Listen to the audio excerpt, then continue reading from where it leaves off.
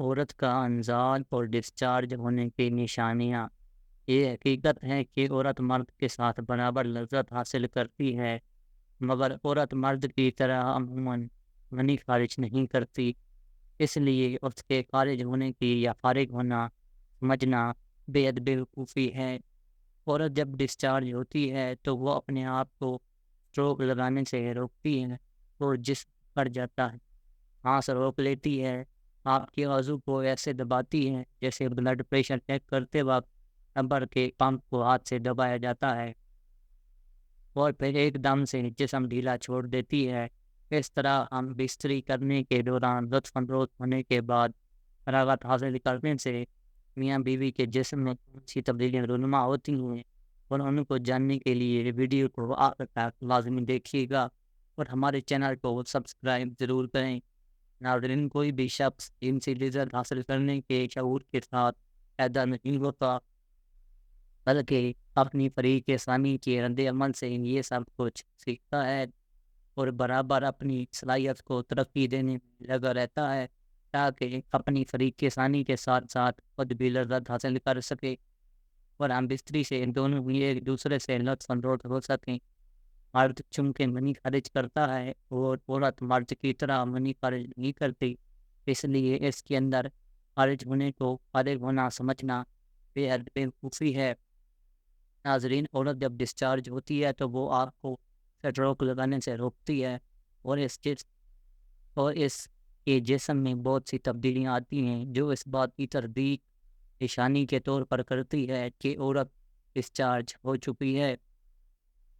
معاشرت کے دوران عورت کے ڈسچارج ہونے کی نشانیاں: عورت گہرے سانس لینا شروع کر دیتی ہے۔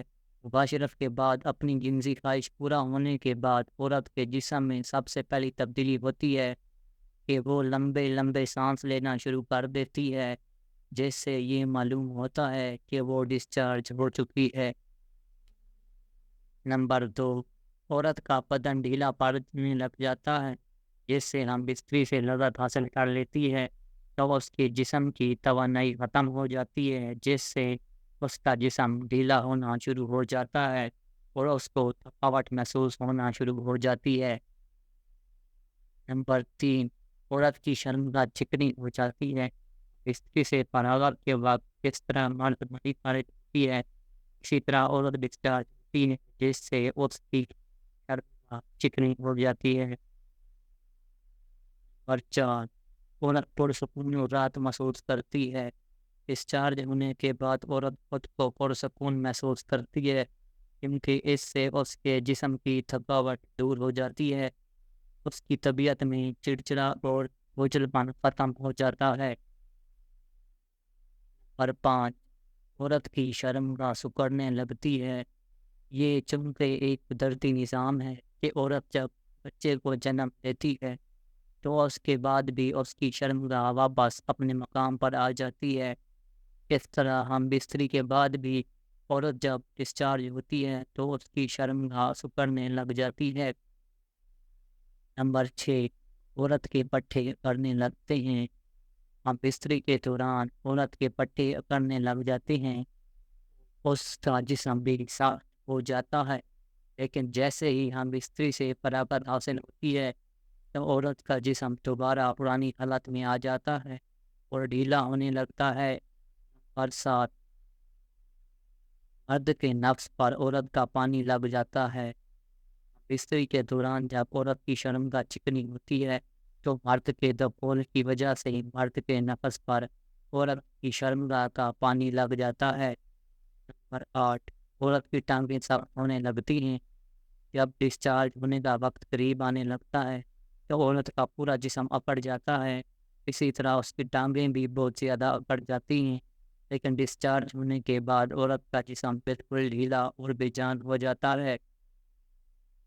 نمبر 9، عورت کے جسم کانپنے لگ جاتا ہے۔ حصول لذت کے بعد جب عورت ڈسچارج ہونے لگتی ہے تو عورت کی کیفیت بہت عجیب ہوتی ہے، اس کا پورا جسم کانپنے لگتا ہے۔ نمبر 10، عورت کے دل کی دھڑکن تیز ہونے لگ جاتی ہے۔